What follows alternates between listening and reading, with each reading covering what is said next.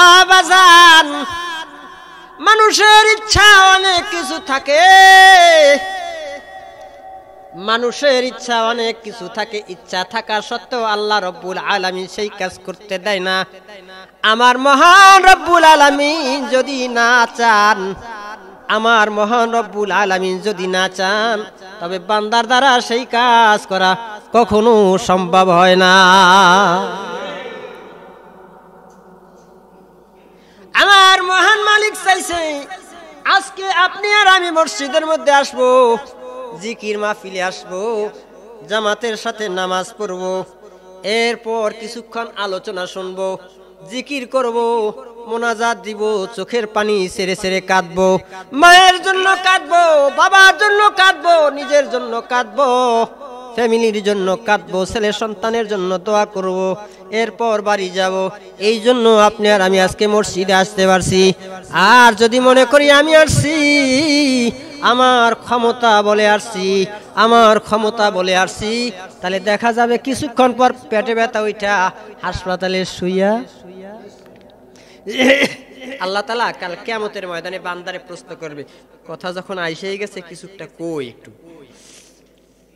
মানুষ মনে করে আমি এই যা কিছু করি সব আমি করি, আমার টাকা আছে, এই আছে সেই আছে, এর বলেই না আমি এতে কিছু করতে পারছি, আমার টাকা আছে, মসজিদ দিছি, মাদ্রাসা বানাইছি।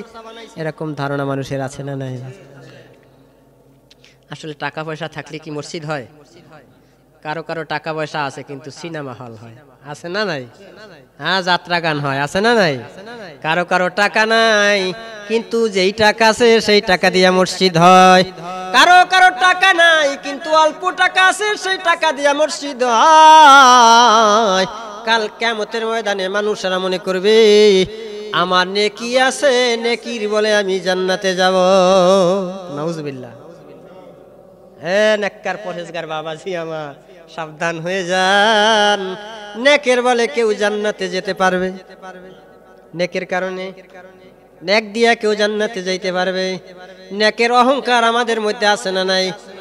আমি হাজী সাহেব 5 বার হজ করছি, আমারে জান্নাত ঠেকায় কে?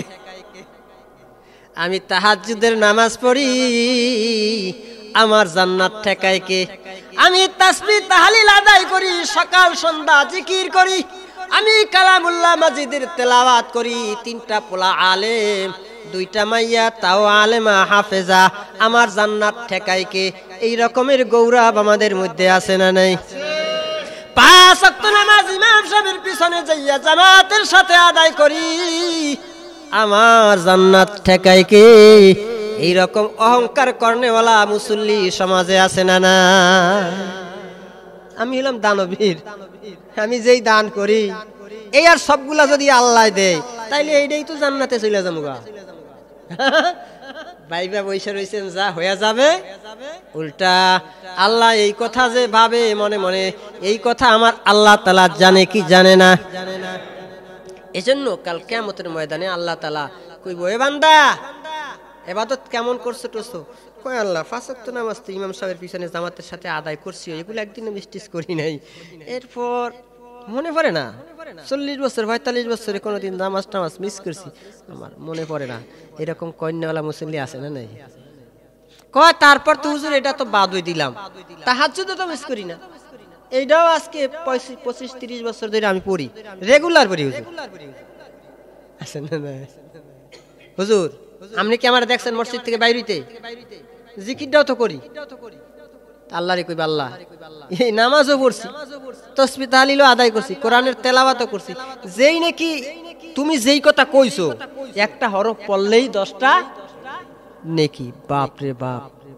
তাইলে আল্লাহ তুমি যেই কথা কইছো এই কথা যদি সত্য হয় তাইলে তোমার দয়াটা আজকে আমার দরকার নাই, আমার যেই নেকি আছে এই নেকি দিয়ে জান্নাতে যাবো না। আস্তে কইলেন নাউজুবিল্লাহ। তাইলে তোমার যে দয়ার কথা কইছো এটা আমার আর দরকার নাই, আমার যেই নেকি গাট্টি বস্তা ভরিয়া তোমার কাছে লই আইছি এইটা আমি জান্নাতে যাবো। আল্লাহ কইব, বান্দা ফেরেশতা, আরে ফেরেশতা আমার বান্দার কাছে যা, আর আল্লাহ কইব বান্দারে জান্নাত তো বহুদূর, এখান থেকে 500 মাইলের রাস্তা, হাইটা হাইটা ওইদিকে জান্নাত, তোমার জান্নাতটা ওইদিকে, যারে বান্দা যা ওইদিকে তোর জান্নাত আমি বানায় রাখছি। বান্দা আস্তে আস্তে কইরা জান্নাতের কথা শুন না, খুশি না বেজার, হাঁটা শুরু করে দেব। আল্লাহ কইব এই সূর্য একটু তাপটা আসেনি, দিয়ে তো একটুখানি বাড়াইয়া। তো সূর্য যখন তাপটা বাড়াই দিব, কুলজায় যে পানি আসিল থাকবো না শুকাইয়া যাইব? শুকাইয়া একদম ফাল্গুন মাসের মতো ক্ষেত যেমন শুকায় এরকম শুকাইয়া যাইব, পানির পিপাসায় খালি কলিজাটা ছটফট ছটফট করব। আল্লাহ কইব ফেরেশতা যারে আমার বান্দার কাছে যা, আমার বান্দার সামনে যা দাঁড়া, এক গ্লাস পানি লইয়া আমার বান্দার কাছে যা। ফেরেশতা আইসা সামনে সামনে ঘুরবো, সামনে যখন ঘুরবো কইব কারো পানি লাগবো নি, এই পানি লাগবো নি, টাকা সর দেন না মাঝে মাঝে হকারাইয়া কয় এই পানি, এই পানি লাগবো নি। তখন পানির দাম বাড়ে না কমে? হ্যাঁ, 15 টাকার বোতল 25 টাকা, 15 টাকার বোতল। যেই দেহে রৌদ্র উঠছে আর জাম একটু রাস্তার মধ্যে লাগছে, দাম হঠাৎ কইরা কয়েকদিন আগে দেখেন নাই পেঁয়াজের দাম স্বর্ণ হয়ে গেছিল গা। ওরে বাপ রে বাপ, এটার নাম বাংলাদেশ। এটার নাম কি? বাংলাদেশ। জান্নাতে যে কি হইব আল্লাহ একটু নমুনা বুঝায়। আরে হুদা হুদা জান্নাত দিবনি মনে করে বসে রয়েছেন, জান্নাত হুদা হুদা আল্লাহ দিয়ে লাইব। এই যে দেখেন আর মানুষকে ঠেকাইয়া, চরম পর্যায়ে ঠেকাইয়া, গুদামজাত কইরা এরপরে ঠেকাইয়া পেঁয়াজের দাম দিছে বাড়াইয়া। আমরা একটু বুদ্ধিমান হইছি, কি করলাম, হঠাৎ কইরা কই পেঁয়াজ আগে কিনতাম 10 কেজি, এখন থেকে একটু আধা কেজি না কিনি। যেই রকম করে আমরা শুরু করে দিছি, পেঁয়াজ একটু কমাই দিছি খাওয়া। হঠাৎ কইরা সেদিনকার ওই ভোক্তা অধিকার যায়া দেখে কি বাজারের মধ্যে পেঁয়াজের দাম বাড়ছে না কমছে। এখন এতে বেচারা যে এত হাসি হাসে, আপনারা ইউটিউব দেন না খবরে, আমি ইউটিউবে দেখলাম যে বেচারা খালি হাসে, খালি খটখট করে হাসতেছে যে এতদিন ধরে জনগণের সাথে কি তামাশাই না তোমরা করলা, আজকে পেঁয়াজের দাম গেছে কই। ওদিকে ইন্ডিয়ান পেঁয়াজারা কইছিল বাঙালি রেদি মাইরা, বাঙালি কি পেঁয়াজের অভাবে কি মানুষ মরে, হেরা মনে করছিল পেঁয়াজের অভাবে বাঙালি কি পালামু মাইরা ফালামু। ওদিকে ইন্ডিয়ান বর্ডারে পেঁয়াজ পচা দুর্গন্ধ সুরছে সুরছে, কিছু উঠে নাই। সংকট যখন দেখা দেয়, জিনিসপত্রের দাম বেড়ে যায়, জিনিসপত্রের দাম বেড়ে যায়, মানুষের কাছে মূল্য বেড়ে যায়। মানুষ আল্লাহ রাব্বুল আলামিন ফেরেশতাকে বলবে, ফেরেশতা আমার বান্দার সামনে যাই একটা ডাক দে, পানি লাগবো নি, পানি লাগবো নি। কইব পানি লাগবো নি, কয় আমার লাগবো, তাড়াতাড়ি দাও। মা এটা তুমি কি যেই সেই জায়গা মনে করছো, এটা কি দুনিয়া? কইলার থাবা এটা তোমার দিয়ে লাইলাম, জান্নাতে যাইতেছো কিয়ামত, এটা তুমি যাইবা জান্নাতে, হুদা হুদা দিমু কিছু আছে নি, কি লাগবো আবার তোমার, এখানে আবার কি আনছি, আমার তো টিয়া পয়সা নাই, এত দুনিয়ার যা কিছু আসিল দুনিয়ায় কি ও কোটিপতি বাবার আমার, কয় টাকা নিবেন? একটা নিতে পারবেন? হ্যাঁ, ওরে মানুষ হইছ বেহুশ দুনিয়ার পিছে, কি জবাব দিবি রে তুই আল্লাহর কাছে? ওরে মানুষ হইছ বেহুশ দুনিয়ার পিছে, কি জবাব দিবি রে তুই আল্লাহর কাছে? জবাব আছে? এক টাকাও নেওয়া যাবে না। বলবে আমি যত টাকা পয়সার মালিক ছিলাম সব দুনিয়ায় রাইখা আসছি, টাকা পয়সা নাই, তোমার কি লাগবে? কয় তোমার কাছে কি আছে? কয় নেকি আছে। কতগুলি আছে? এতগুলি আছে। কয় তাইলে নেকিগুলি যদি দিয়া দাও আমি তোমার এক গ্লাস পানি পান করাইতে পারি। সুবহানাল্লাহ। কয় এত কষ্ট করে নেকি টেকি করলাম, তাহাজ্জুদে নামাজ পড়লাম, শীতের রাইতে জায়গা জায়গা এক গ্লাস পানির বিনিময়ে এগুলা দিয়ে দেবো, আর একটু সামনের দিকে আগাই, দেখিনি একটু জান্নাতের মধ্যে কোনো রকম পড়তে পারি। জান্নাতের মধ্যে পইরা গেলেই তো হানে পানির কোনো অভাব নেই, আবার হাঁটা শুরু করে দিব। আল্লাহ কই রাস্তা সহজ হইস না, একটু বাইরে সামনে আগাইয়া যা। পারবো কি পারবো না? এখন দেখি জান্নাতি দেখছিলাম ওই বাড়ির কোনায়, এখন আবার দেখা যায় এই মাথায় গেছে গা, আবার আডা ধরু পিপাসা বাড়বো না কমবো, পিপাসা আরো যখন বাইরে যাবে এইবার ফেরেশতা আবার আইসা কইব এই পানি পানি সস্তা দামের পানি, কয় টাকার বিনিময়ে পানি, কয় নেকি আছে কত, কয় এত নেকি আছে 3 বস্তা, কয় 3 বস্তা নেকি দিলে পানি দিতে পারি।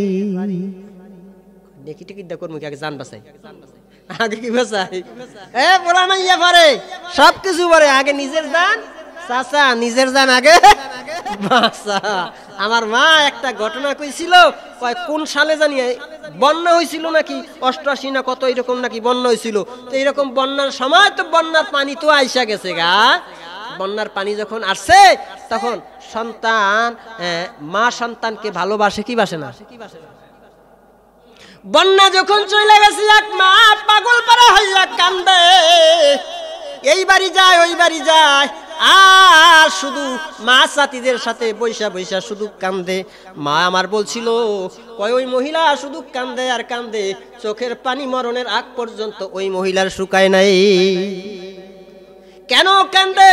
বলে আমার একটা সন্তান ছিল, বন্যার পানি যখন চলে আসছে সবাই নিজের জান নিয়ে তাড়াহুড়া করতেছে, তাড়াহুড়া যখন করতেছে আমার সন্তানটা আমার কোলে ছিল, বন্যার স্রোতে আমাদেরকে বাসায় নিয়ে যাইতেছে, এমন স্রোত নিজের জান বাঁচানো বড় দায়, ওই স্রোতের মধ্যে আমি এমন অবস্থা হয়ে গেছে নিজের জান বাঁচানোটা বড় দায়, এই জন্য আমার মাইয়াটা আমার গলাটা দইরা বইছে, সেও বাঁচতে চায়। আমি আমার মেয়েটার হাতের মধ্যে একটা কামড় দিলাম, যেই মেয়েকে দুনিয়ার সব থেকে বেশি ভালোবাসি, সম্পদের থেকেও নিজের মেয়েটাকে বেশি ভালোবাসি, ওই সন্তানটাকে আমি একটা কামড় দিলাম, কামড় দিয়া সন্তানের হাত ছুটাই দিলাম, নিজে আজকে আমি বাইচা রইলাম, সন্তান আজ আমার দুনিয়ায় না। এই জন্য নিজেকে সব থেকে মানুষ বেশি মহব্বত করে, বলে দে আমার সব কিছু নেকি তোরে দিয়া দিলাম, তারপরও এক গ্লাস পানি আমারে দে।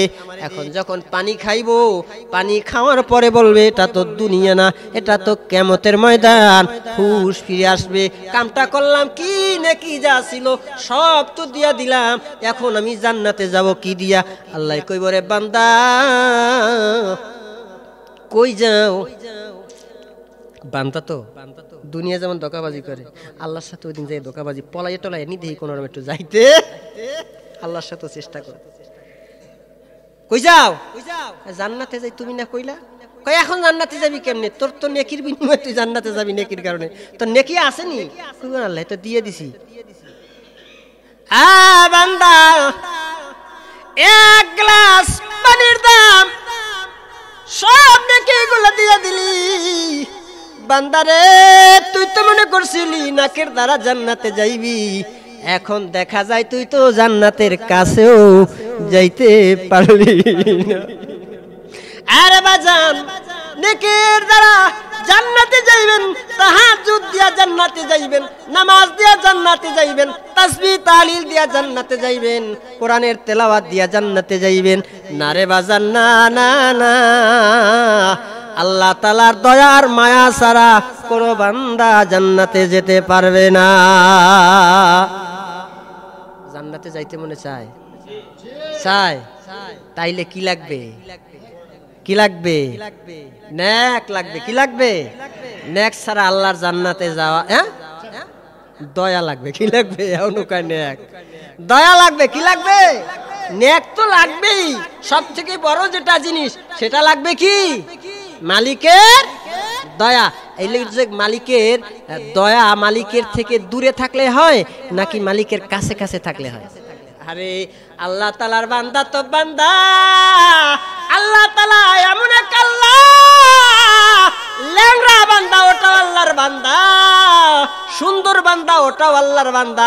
ল্যাংড়া বান্দাটা যখন ডাক দেয় তখন আল্লাহর কাছে ভালো লাগে, সুন্দর স্বাস্থ্যর বান্দাটা যখন ডাক দেয় তখনও আল্লাহর কাছে ভালো লাগে না, খারাপ লাগে। কোটি কোটি টাকার মালিক ও যখন আল্লাহর ডাক দেয় আল্লাহর কাছে ভালো লাগে। একজন গরিব রিকশাওয়ালা বান্দা যখন আল্লাহরে ডাক দেয় তখন কোটিওয়ালার থেকে হাজার লক্ষ কোটি গুণে আমার আল্লাহর বেশি ভালো লাগে। এজন্য আল্লাহরে ডাকলে খুশি না না ডাকলে খুশি? কি কইয়া ডাকবেন? আল্লাহ। কি কইয়া ডাকবেন? আল্লাহ। এই জন্য এক আল্লাহর ওলি জিকির করতেন, তুমি আমি আমি তুমি। বুঝেন না কি কয়টা? আপনি কিছু মনে যে কি কয়টা পাগলের কথাবার্তা, তুমি আমি আর আমি আর তুমি, এটা একটা জিকির হইল নি। কিন্তু আল্লাহর কাছে এইটাই কি লাগে? ভালো লাগে। হ্যাঁ, মূসা আলাইহিস সালামের জামানায় এক বান্দি রাখাল, ছাগলের রাখাল, ছাগল রাখে মাঠের মধ্যে। আমনেগো দেশে মনে হয় যারা রাখালগিরি করে, রিক্সা চালায়, ভ্যান চালায়, এদেরকে মনে হয় আপনারা সব থেকে বেশি সম্মান করেন। কথা বুঝেন নাই মনে হয়? যারা মাঠে কাজকর্ম করে এদেরকে মনে হয় আপনারা খুব সম্মান করেন। সম্মানের চোখে দেখেন, দেখেন। আহা আহা, আফসোস, বড় আফসোস, বড় আফসোস। এদের কি মনে করে কি হে একটা কি মানুষ নেই, এও একটা কি মানুষ নেই। মা আমি হলাম মানুষ, হুজুরি আইছে, হুজুরে কত সাজসজ্জা করে আইছে, হুজুরেই খালি মানুষ। এরকম মনে হইতেছে না? এরকম দাম দেয় না? দাম হলো পোশাকের দাম, সৌন্দর্যের দাম, চশমার দাম, জুতার দাম, মুজার দাম, পোশাকের দাম। মানুষের কোনো দাম আজ সমাজের মধ্যে নাই, কিন্তু আমার মালিকের কাছে এই পোশাকের বিন্দু পরিমাণেও মূল্য নাই, টাকার বিন্দু পরিমাণেও মূল্য নাই, এলেমের বিন্দু পরিমাণেও মূল্য নাই। আমার আল্লাহ রব্বুল আলামিনের কাছে মূল্য হলো একজন আবেদ বান্দা। সে হোক রাখাল, সে হোক কোটিপতি, সে হোক রাখাল, সে হোক কোটিপতি, সে হোক পাঁচতলায়, সে হোক গাছতলায়।